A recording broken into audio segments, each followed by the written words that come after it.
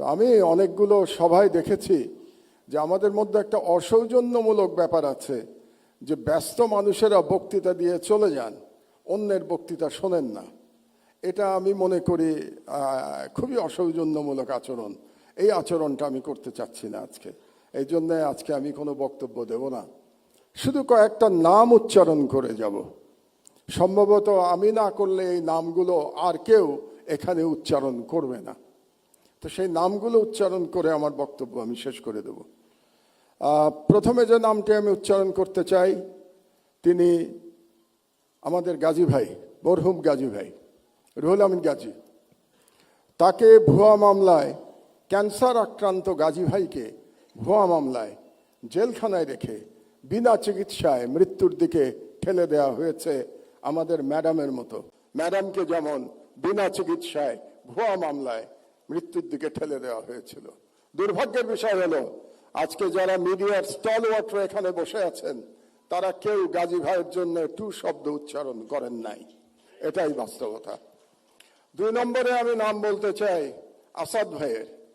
আসাদ ভাইকে আমাদের মধ্যে প্রবীণতম সম্পাদক, তাকে ছাত্রলীগের গুন্ডারা অফিসে ঢুকে দাড়ি ধরে নামিয়ে পুলিশের কাছে তুলে দিয়েছে এবং বছরের পর বছর তিনি জেলে থেকেছেন। তিনিও অসুস্থ, তার স্ত্রী মারা গেছেন, তিনি তার স্ত্রীর পাশে যে থাকতে পারেন নাই, কারণ জেল থেকে বেরোনোর পরেও তাকে পালিয়ে পালিয়ে থাকতে হয়েছিল।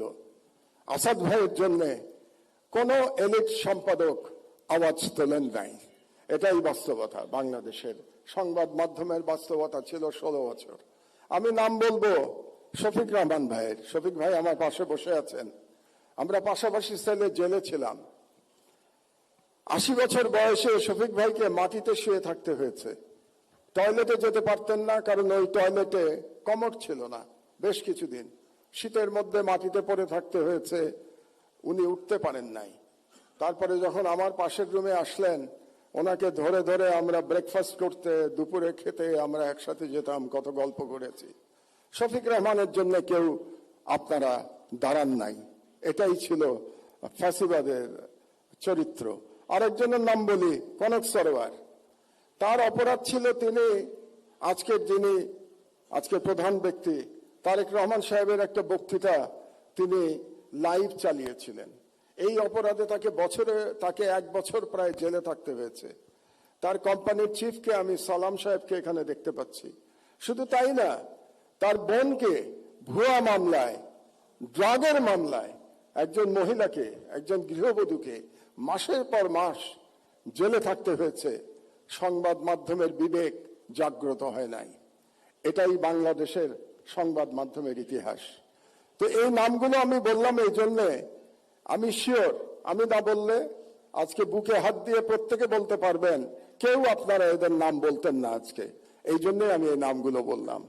আর আমি জনাব তারেক রহমানকে একটা ছোট্ট পরামর্শ দিয়েই বক্তব্য শেষ করবো। 1 মিনিট। শেখ মুজিবুর রহমান মুক্তিযুদ্ধের সাথে জড়িত ছিলেন না। তিনি জানতেন না মুক্তিযুদ্ধ কিভাবে হয়েছে, এবং তিনি ফিরে এসেও জানার চেষ্টা করেন নাই মুক্তিযুদ্ধ কিভাবে হয়েছে। তাকে আওয়ামী লীগের লোকজন যা বলেছে এবং ভারতীয় পক্ষ যা বলেছে সেটাকেই তিনি ধরে নিয়েছিলেন। এটাই মুক্তিযুদ্ধের ইতিহাস ছিল। এই জন্যই তিনি ব্যর্থ হয়েছিলেন। জনাব তারেক রহমান, আপনি 17 বছর দেশে ছিলেন না, আপনি জানেন না এখানে কি হয়েছে।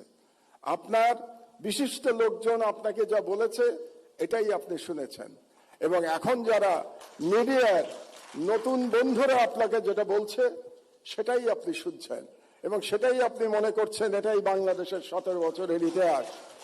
বাংলাদেশের 17 বছরের ইতিহাস এটা না।